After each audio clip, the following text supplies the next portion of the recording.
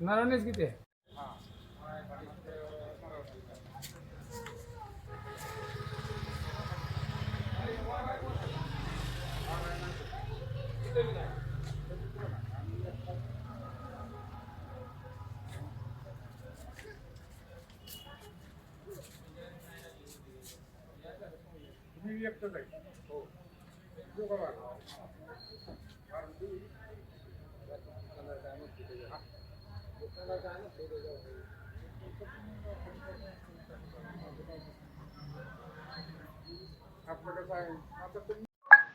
नमस्कार, मानदेश भूषण यूट्यूब चॅनलमध्ये सर्वप्रथम आपले सर्वांचे स्वागत. आज आपण सातारा जिल्ह्यातील मान तालुक्यातील जाशी या गावी आलेलो आहे.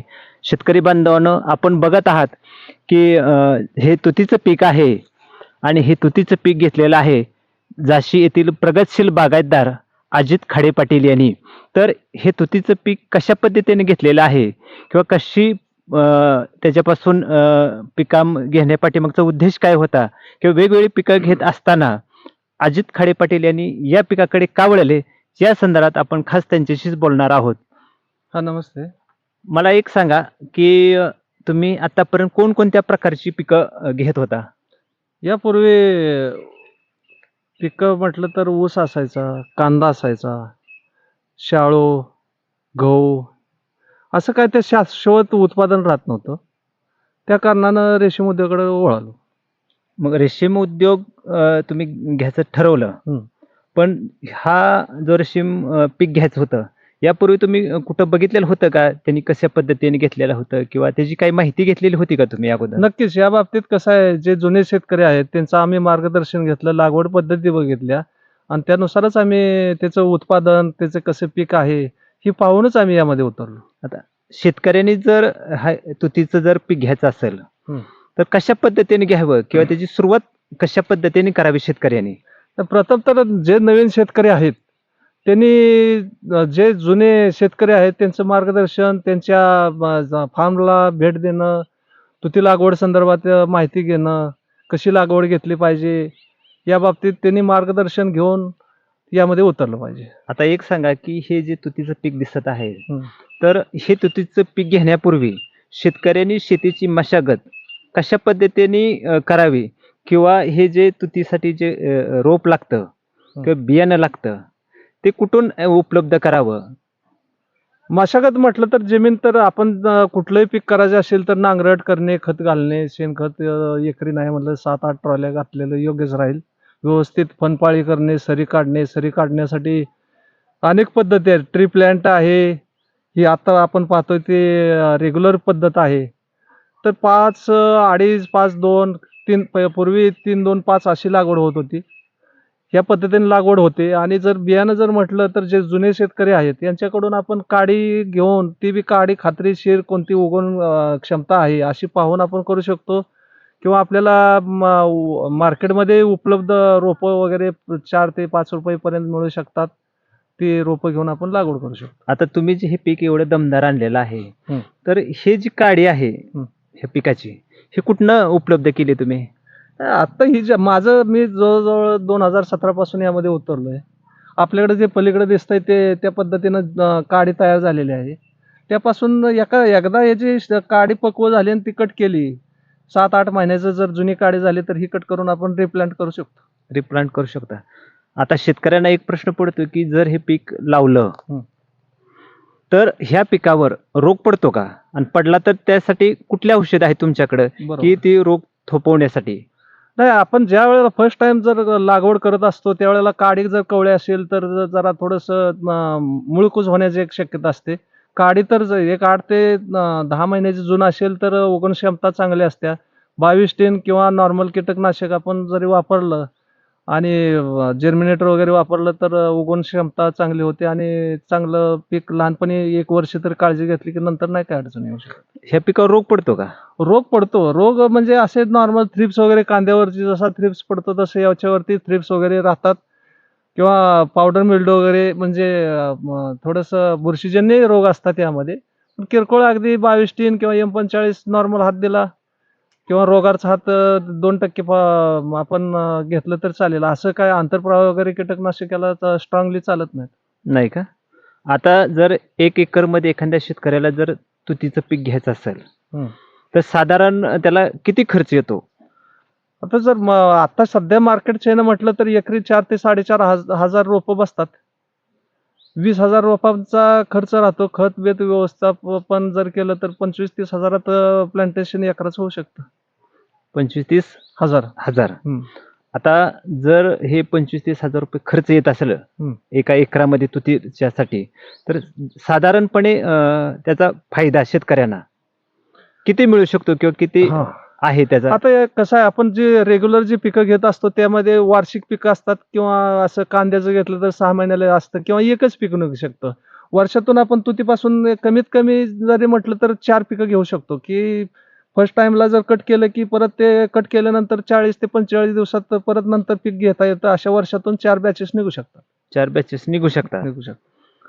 आता जर हे तुतीचं लागवड करायची असेल, हं. आता तुम्ही सगळी पद्धत सांगितली म्हणजे महिन्याला साधा वर्षाला 4 पिकं घेऊ म्हणजे हो. उत्पन्न निर्माण होऊ शकतं. खर्च सांगितला. हं. पण शासन या पिकासाठी काही अनुदान देतं का? नक्कीच या पिकासाठी शासनाकडून अनुदान मिळालं जातं. त्यासाठी रेशीम संचालनालय नागपूर किंवा भारत सरकारचा आणि महाराष्ट्र शासनाचा उपक्रमच आहे. यासाठी सेपरेट डिपार्टमेंट आहे. त्यांचं मार्गदर्शन असते, ट्रेनिंग असते किंवा त्यांची मार्गदर्शन किंवा व्हिजिट देणं, मस्टर काढणे आणि MRGSमधून यासाठी 3,92,000च्या आसपास आहे. एक लाभार्थी जर आपला अल्पभूधारक असेल तर त्यासाठी 1 एकर ते 2 एकरासाठी अनुदान देऊ शकतात. शासन या पिकाला अनुदान देते. अनुदान देऊ शकतात. शेतकऱ्यांनी जास्तीत जास्त तुतीची हा, लागवड 3 करणे. वर्षासाठी यासाठी अनुदान आहे. तुमचं जर त्यांनी टप्पा ठरवून दिलेलं आहे त्यामध्ये. MRGSमध्ये वन टाईम रक्कम मिळाली जात नाही. तुमचं जसं वर्किंग असेल, तुती लागवडपासून रान जमीन तयार करणे, तिथून शेडचे मस्टर, शेड परत दुसऱ्या वर्षात सुरू करणे, असे टप्प्याने 1 बाय 1 यामध्ये पेमेंट केलं जातं आणि ती रक्कम अदा केली जाते 3 वर्षामध्ये. म्हणजे शेतकऱ्यांना अनुदान शासन देतं, पण ते टप्प्यानुसार हा, देतं. टप्प्यानुसार देते. पहिला, दुसरा, तिसरा हा, असे त्यात टप्पे आहेत. कुशल असंही आहे. त्यामध्ये कसं साहित्यपोटी म्हटलं की ते कुशलमध्ये राहतं. अकुशलमध्ये रोजगार वगैरे असं त्यानुसार ते मस्ट निघाले जातात. म्हणजे असे 2 प्रकार आहेत त्यामध्ये. नाही, नाही, ते मस्टर असताना पैसे येतात, फक्त साहित्याचे वगैरे कुशल, अकुशल असा एक त्यामध्ये विभाग आहे. MRGSमध्ये कुठलंही अगदी घरकुल असेल तर जे रोजगारानं काम करणार असतात आणि साहित्यानं असे विभाग पडले जातात त्यामध्ये. म्हणजे वेगवेगळे प्रकार. हां. आता जर एखाद्या शेतकऱ्याला जर हे पीक घ्यायचं असेल हं. किंवा अनुदान मिळवायचं असेल, हं, हं. तर जवळ म्हणजे गावाशेजारी किंवा तालुक्यात असं कुठं संपर्क साधावा शेतकरी? नाही, तालुक्यात संपर्कपेक्षा आता तालुका वाईज अधिकारी असतात, पण आपल्या सातारा जिल्ह्याचा जर विचार केला तर जिल्हा रेशीम विकास अधिकारी म्हणून वायल ऑफिस आहे. तिथं प्रथम नोंदणी करणे, संबंधित त्या नोंदीसाठी किंवा हेच मंजुरीसाठी जे लागणारे आवश्यक कागदपत्र आहेत. एकतर पहिलं जमीनधारक तो पाहिजे, आधार कार्ड पाहिजे, अल्पभूधारक पाहिजे, आपलं मागणी किंवा मस्टर आधार कार्ड म्हणा किंवा काय काही जॉब कागदपत्र? कार्ड असेल, कागद पूर्तता करून ते तांत्रिक मंजुरी देतात. प्रशासकीय मंजुरी तहसीलदार कार्यालयाकडून आपल्याला मिळाली जाते. तदनंतर परवानगी दिल्यानंतर साधारणतः या प्रोसेसला 1-5-6 महिने जातात, नंतर लागवड होते. आता एक सांगा की जसं डाळिंबाचं पीक घेतलं किंवा आपण दुसरी पिकं घेतली, हं. तर त्याला काही वर्ष कालावधी असतो. म्हणजे म्हणजे असा एक 3, 4, 5 वर्ष किंवा आपण एक अशा पद्धतीने ते पीक असतं, लॉंग लाईफ असतं साधारण. तर ह्या तुतीच्या पिकासाठी तसं काही कालावधी आहे का लॉंग लाईफ म्हणजे दीर्घ? हा, बरोबर. हे कसं ऊसासारखी प्रत्येक वेळेला लागण करणं किंवा प्रत्येक वर्षी करायची काय गरज नाही. जर व्यवस्थित शेतकऱ्याने त्याचं संगोपन व्यवस्थापन केलं तर आता माझी जी तुती आहे ती कमीत कमी जवळजवळ 5 ते 7 वर्ष झालेली आहेत. साधारणतः आपण व्यवस्थित काळजी घेतली तर पाणी व्यवस्थापन हे सगळं केलं तर कमीत कमी 12 ते 15 वर्षापर्यंत अगदी काळजी घेण्यावर आहे. 15 वर्ष लागवड करण्याची परत गरज नाही. म्हणजे एखाद्या शेतकऱ्यानं जर तुतीची लागवड चांगल्या पद्धतीने केली, हं. बागेचं संगोपन केलं चांगलं, तर साधारण एक 12-15 वर्षापर्यंत त्याला हे तुतीचं लाईफ आहे. लाईफ आहे. आता एक सांगा की शेतकऱ्यांना जर तुम्ही तुलना केली हं. तर तुतीचं पीक किंवा फळपीक हं. किंवा ऊस, तर ह्यापैकी कुठलं परवडतं किंवा परवडेल? नाही, तुती हा व्यवसाय असा आहे, की तुती व्यवसाय कुठल्याच पिकाला ऐकू शकत नाही. अगदी 1 वर्ष तुमचं पहिलं जर गेलं ना, तर दुसऱ्या वर्षापासून कमीत कमी 4 पिकं निघतात. एका बॅचला नाही म्हटलं तरी 200 अंडीपुंज असे 4 बॅचेस निघाल्या. तरी 4 बॅचेस नाही म्हटलं तर आपल्या झाशी गावामध्ये जवळ-जवळ 200 म्हणजे 100% उत्पादन घेणारे आहेत. 100 अंडीपुंजला 100 किलो काढणारे शेतकरी आहेत. असे जवळ-जवळ 4 पिकाची जरी म्हटलं तर 800 किलो माल निघू शकतो 800 अंडीपुंजला. जरी ॲव्हरेज रेट आता 400 ते 450 आहे. ह्या हिशोबानं हिशेब केला तरी 4 चोक 16 किती होते आपलं मग? साधारण ती आता एक सांगा की तुमचा हिशोब सांगितला. हं. ही तुती हे रेशीम आळीचं खाद्य आहे. बरोबर. तर रेशीम आळी ही आपल्याला बाहेरून विकत आणावं लागते का हां, हां. कशी ती पद्धत कशी आहे म्हणजे? नाही, आता हे रेशीम हे अळी निर्मिती किंवा अंडीपुंज जे आपण म्हणतो ना, ते आपल्याला शासन पुरवतं. प्रायव्हेट बी मिळतात. पण बऱ्यापैकी आपण जे आपले ऑफिस आहे, मगाशी सांगितल्या पद्धतीने त्यांच्याकडे मागणी आपलं जसं पाला उपलब्ध असेल त्यानुसार आपण मागणी करून घेतो आणि त्यानुसार आपण बॅचेस घेत असतो. साधारण वर्षाला आपल्याला 4 टप्पे मिळतात बरोबर. आणि त्या पद्धतीने तुम्ही रेशीम आळीचं जर चांगलं संगोपन केलं तर आपल्याला जे मिळतं रेशीम ते अतिशय चांगल्या पद्धतीनं देऊ शकते. बरोबर. अशा पद्धतीचे आपण पाहत आहात की ही जी तुतीचं आहे पीक खरोखर शेतकऱ्यानं गरजेचं आहे, कारण शासन सुद्धा अनुदान देत आहे आणि एक चांगलं दुष्काळी भागात पाणी असेल तर त्याहीपेक्षा चांगलं उत्पादन घेऊ शकतात. तर अजित खाडे पाटील यांनी हे चांगलं पीक घेतलेलं आहे.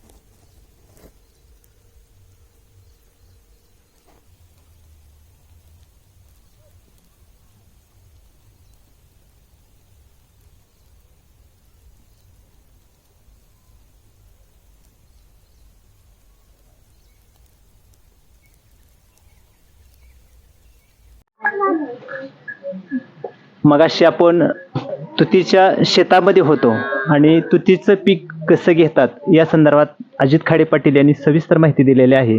आता आपण आलोय ते प्रत्यक्ष शेडमध्ये की जिथं रेशीम उद्योग सुरू होतो. तुतीचं जे पाला आहे तो पाला आपल्याला काय दिसत आहे आणि जो शेडमध्ये दिसत आहे ते दुसरं पार्ट आपल्याला दिसत आहे ते रेशीम उद्योग दिसत आहे. रेशीम निर्माण झालेला आहे. तुतीचं जे खाल्लेलं आहे अन्न आणि त्यापासून ही निर्माण झालेलं आहे रेशीम. तर एक सांगा अजित दादा की आपण जी शेती करत आहात, रेशीम शेती करत आहात, तर तुमच्याबरोबर आपल्या गावामध्ये काही युवक या शेतीमध्ये काही वळलेले आहेत का किंवा ते करतायत का? नक्कीच वळालेले आहेत. यामध्ये युवकांचा जास्ती सहभाग आहे. आता माझे या ठिकाणी गणेश पाटील आहेत. अगदी युवकांचा लोंढा आहे. नोकरी मागं न लागता या धंद्यात त्यामध्ये रेशीम उद्योग, कीटक संगोपन करत आहेत. सोबत आपले आहेत, तर तुम्ही त्यांना विचारू शकता. गणेशजी एक सांगा की तुम्ही आता नोकरी किंवा व्यवसाय आणि शेती ह्या 3 पर्यायापैकी आता कुठला निवडलेला आहे? सुरुवातीला 17च्या अगोदर दुधाचा व्यवसाय होता माझा. पण कष्टाचा विचार केला त्यात काही एवढं परवडत नव्हतं. नंतर अनुदान ह्या उद्देशाने सुरुवातीला तुती केली. पण सुरुवातीचा आम्हाला अनुभव होता 2007 साली रेशीम शेती करत होतो.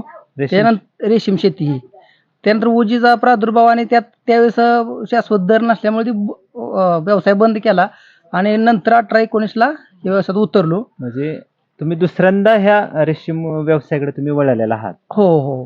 म्हणजे एक 7-8 वर्ष बंद होता व्यवसाय. मग नक्की तुम्हाला काय अनुभव आला ह्या व्यवसायातला फायदा तोटा किंवा नाही, फायदा बाकीच्या व्यवसायापेक्षा नक्की यात फायदा आहे. सुरुवातीला मी 18-19ला एकर क्षेत्र केलं. त्यात एक 4 बॅचेस निघते वर्षाच्या, नंतर एकर केलं. अशा साधारण आता कंटिन्यू बॅचेस वर्षाचा हिसाब केला तर 8 बॅचेस निघतात. साधारण 6 ते 7 लाखाचं उत्पन्न खर्च जाता एक 5 लाख रुपये राहतात. ह्या 7 ते 8 बॅचेस निघतात. रेशीम उद्योग व्यवसायातून तुम्हाला 7 ते 8 साधारण खर्च येतोय, म्हणजे उत्पन्न निर्माण होतंय आणि ते वजा करता साधारण 4-5 5 लाखाच्या आसपास राहते नफा, निव्वळ नफा. निवड नफा राहतोय. हम्म. म्हणजे नोकरी बरी का मग काय बरं, तुम्हाला काय वाटतंय? आणि नोकरीचं अवघडच आहे. नोकरीचं एवढं सोपं नाही. आता बघतोय आपण परिस्थिती. पण आता बऱ्यापैकी माझ्या बरोबरची जी युवक आहेत, 15 ते 20 शेतकरी असे आहेत की आम्ही रेशीम शेती करतोय आणि आमचा ग्रुप आहे. कोणत्याही अडचणी असल्या काय असल्या तर आम्ही त्या ग्रुपवर शेअर करतोय. कोणाचा प्रॉब्लेम असला काय असला तर ते आम्ही एकमेकाला, पाला कमी पडला किंवा कुठलं काय अडचणी असल्या तर आम्ही त्यात मार्ग काढतोय. साधारणपणे तुम्हाला कुठला जास्त प्रॉब्लेम येतो हा रेशीम उद्योग व्यवसाय करताना? रेशीम व्यवसाय करताना ग्लासरीचा सुरुवातीला आम्हाला म्हणजे जास्त अडचण होती. ग्लासरीने बॅचेस फेल जात होत्या. पण त्याच्यावर आम्ही काय केलं, ते रोग कशामुळे येतोय त्याच्यावर उपाययोजना कशा कराव्यात ह्याच्यावर विचार केला. नंतर आता बॅचेस चांगले निघतात. बरं, म्हणजे पावसाळ्यात काय व्हायचं, हवा पास होत होती, काय बेडला बुरशी वर राहायची आणि ग्लासरी किंवा असे रोग राहत होते. आता हवा पास करणं आणि जी चॉकी जी असते का सुरुवातीला एक ह्या अंड्या आल्यापासून कोच जास्त पर्यंत एका महिन्याचा कालावधी आहे. त्यात 10 दिवसाचा चॉकीचा कालावधी असतो. त्यात चॉकी व्यवस्थित असली तर पुढे बॅचेस चांगले निघतात. चॉकी खराब असली तरी बॅचेसला अडचण येऊ शकते. आता तुम्ही चॉकी म्हणताय, चॉकी तो म्हणजे चॉकी म्हणजे नक्की प्रकार काय आहे? चॉकी म्हणजे बालावस्था सुरुवातीची लहान जी अळी असते का 10 दिवसाची त्याला चॉकी अवस्था. त्यात एक 2 मोल्ट असतात. म्हणजे 2 वेळा अळी झोपते आणि शेडला आल्यानंतर एक 2 वेळा 2 मोल्ट असतात. असे 4 मोल्ट. साधारण जे आपण हे रेशीम उद्योग बघत आहात, तर ही शेड बांधण्यासाठी किंवा शेड तयार करण्यासाठी साधारण खर्च कसा असतो? काय पद्धत आहे? किती खर्च येऊ शकतो ह्याचा? खर्च 22 बाय 50 शेड जर बांधायचं झालं तर साधारण 3-3.5 लाख रुपये खर्च येतो. आता खर्च जास्तच आहे कारण उजी माशाचा प्रादुर्भाव असल्यामुळे ही जाळी बांधणं किंवा उन्हाळ्यात बॅचेस आम्ही घेतो त्यासाठी बारदाना, त्याच्यावर पाणी सोडणं, टेम्परेचर कव्हर करणं, म्हणजे सगळा एकूण खर्च म्हणून 3.5-4 लाख रुपये जातात. बरं, ही जी आळी आहे ते आळीची काळजी घेण्यासाठी म्हणजे कुठलं वातावरण तुम्हाला धोकादायक वाटतं? हा, उन्हाळ्याचं का पावसाळ्याचं? उन्हाळ्यातनं. उन्हाळ्यात उन्हाळ्यात टेम्परेचर जास्त राहतं ना, साधारण 27, 28, 30 पर्यंत टेम्परेचर पाहिजे. आणि त्याच्यापेक्षा जास्त वाढलं तर त्याच्यापेक्षा आपल्याला जास्त झालं तर रोगाला बळी पडते अळी. पाला खात नाही, पाला बी सुकवा मारतो, आर्द्रता कमी असते. उन्हाळ्यात बॅचेस काढणं म्हणजे अवघड आहे जरा. अवघड आहे. त्या पद्धतीने आम्ही नियोजन केले इथं. धन्यवाद गणेशजी, आपल्याला चांगली माहिती दिली. तरुणांनी थोडंसं या व्यवसायाकडे वळलं तर फायदा आहे आणि दुग्ध व्यवसायापेक्षा हा व्यवसाय चांगला आहे असे त्यांनी आपल्याला सांगितलेलं आहे. आणि खूप अवघड हा व्यवसाय नाही, सोप्या पद्धतीने करता येतं आणि उत्पन्न चांगलं मिळतं, फायदाही चांगला आहे असे त्यांनी आपल्याशी बोलताना सांगितलेलं आहे. धन्यवाद. आता आपण जे बघत आहात तिथे रेशीम कोश बघत आहोत आणि हा रेशीम कोश करण्यापर्यंत शेतकऱ्यांनी जी मगाशी ऐकलेलं आहे, अजित खाडे पाटील यांनी तुतीची लागवड ची सविस्तर माहिती दिलेली आहे. त्याचबरोबर गणेश पाटील हे युवकांना या शेतीमध्ये सहभाग नोंदवला आहे. इतर पिकं घेण्यापेक्षा हे पीक परवडतं. त्याचबरोबर नोकरी किंवा दुग्ध व्यवसाय करण्यापेक्षा हा तुतीचा व्यवसाय फायदेशीर आहे असे त्यांनी सांगितलेलं आहे. आणि आता आपण जो बघत आहात ते अजितदादांच्या बरोबर आहेत ते जे कृषी केंद्र, म्हणजे आता गाव पातळीवर शेतकऱ्यांना मार्गदर्शन करण्यासाठी वेगवेगळे कृषी केंद्र निर्माण झालेले आहेत आणि कुठलं पीक घ्यावं आणि त्याच्या पद्धतीने कशा पद्धतीने ते आपल्याला कृषी केंद्राकडून मार्गदर्शन घेतल्यानंतर ते पीक यशस्वी करता येईल. तर आपल्यासोबत आहेत ते रितेश पाटील आहेत. अजित पाटील यांनी जे तुतीचं पीक घेतलेलं आहे, तर मला सांगा अजित दादा की जे तुम्ही तुतीचं पीक घेतलेलं आहे, हे पीक घेत असताना तुम्ही या कृषी केंद्राच्या मार्गदर्शन कशा पद्धतीने घेतलं किंवा तुम्हाला वेळोवेळी त्यांनी काय पद्धतीने मार्गदर्शन केलं किंवा त्याची गरज कशी काय पडली तुम्हाला? आता रेशीम उद्योग करत असताना जे दोन भाग असतात, एक कीटक संगोपन आणि पाला व्यवस्थापन. पाला व्यवस्थापन मध्ये आम्हाला अगदी कृषी सेवा केंद्र, पाटील ॲग्रो एजन्सी यांचं प्रोप्रायटर या ठिकाणी आपल्या ठिकाणी शेजारीच आहेत, रितेश पाटील यांचं क्रॉप घेण्यामध्ये किंवा खत व्यवस्थापन असेल या बाबतीत त्यांचं मार्गदर्शन आम्हाला राहिलेलं आहे. स्वतः ती समक्ष तुम्हाला 4 गोष्टी किंवा रितेश, एक सांगा की आता शेतकरी तुमच्या जाशी गावामध्ये किंवा तालुक्यात तुतीचं पीक घेत आहेत आणि पीक घेत असताना त्यांना अनेक अडचणी येत आहेत आणि ते बरोबर आपल्या कृषी केंद्राकडे येत आहेत. असेच हे अजितदादाही तुमच्याकडे आलेले आहेत. पण तुम्ही पीक घेताना काय त्यांना मार्गदर्शन केलं, म्हणजे औषधं कुठली वापरायला सांगितली किंवा अशा कशा पद्धतीने त्यांना तुम्ही मार्गदर्शन केलं? तुतीची नवीन रोपे लावल्यानंतर बांधणीसाठी पहिल्यांदा शेणखत महत्त्वाचा घटक आहे. नंतर super phosphate, ammonium sulphate, micronutrient आणि MOP हे जे खतं आहेत हे रासायनिक खते वापरून शेतकऱ्यांना चांगलं उत्पन्न घेता येतं आणि पाला चांगला येतो महत्त्वाचं म्हणजे. आणि कीटकनाशक मारायचं म्हटलं तर तुतीचा पाला ज्या वेळेस आलेला असतो त्यावेळेस असा पाला मुरकाडलेला असतो, त्यावेळेस फक्त रोगार फक्त एकच कीटकनाशक असं चालतं त्याच्यावरती, कारण जास्त दिवस टिकणारे म्हणजे जास्त दिवस सिस्टीममध्ये राहणारं औषध चालत नाही. मग ते 20 दिवस अगोदर म्हणजे पाला आळीला घालायच्या अगोदर 20 दिवस कमीत कमी मारायचं असते. नंतर 20 दिवस अगोदर पाला नंतर घातला तर नंतर इथं तुम्हाला इन्फेक्शन जाणवलं जाते. म्हणजे औषध औषध मारल्यानंतर 20 दिवस पाला घालायचा नाही, घालायचं नाही. हा. आणि त्यानंतर त्याचा उपयोग आळीसाठी करायला पाहिजे. हा. आणि जास्त दिवस जर का बाग टिकवायची असेल तर युरियाचा वापर कमी केला पाहिजे. आणि शेतकरी काय करायला लागलेत आता, म्हणजे सुरुवातीला आता जरा दर चांगला आहे त्यामुळं शेतकऱ्यांना वाटतं की पाला आपला चांगला यावा, मग त्यावेळेस लगेच लागणार खत म्हटलं तर आपलं युरिया. मग शेतकरी आता काही लोकांचा कल असा झालेला आहे की युरिया वापरत आहेत आणि पाला फास्ट येत आहे. तर लॉंग टर्म तुम्हाला बाग टिकवायची असेल शेतकऱ्यांना तर युरियाचा वापर कमी केला पाहिजे, त्या जागी अमोनियम सल्फेटचा वापर केला पाहिजे. आताच रितेश पाटील यांनी सांगितलं की शेतकऱ्यांना जर पीक फास्ट घ्यायचं असेल, जलद घ्यायचं असेल तर ते युरिया खत वापरतायत. पण युरिया वापरू नये, त्याच्यापासून म्हणजे दीर्घकाळपर्यंत हे पीक टिकत नाही. तर आपल्याला त्यांनी माहिती दिल्याबद्दल धन्यवाद.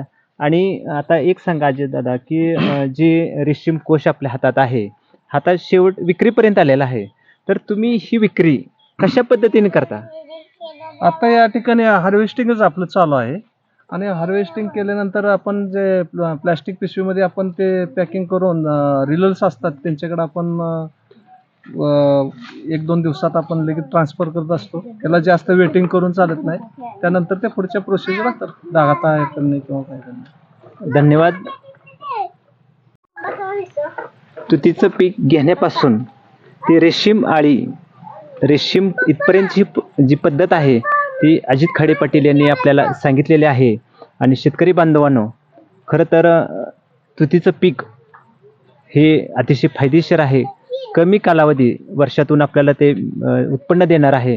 तर शेतकरी बांधवांनो, अजित पाटील यांचा आदर्श घ्यावा. त्याचबरोबर झाशीमध्ये जे काही युवक या व्यवसायात आहेत, याही युवकांचा आदर्श घ्यावा आणि शेतीला जो एक वेगळा जोड व्यवसाय आहे तो व्यवसाय शेतकऱ्यांनी करावा.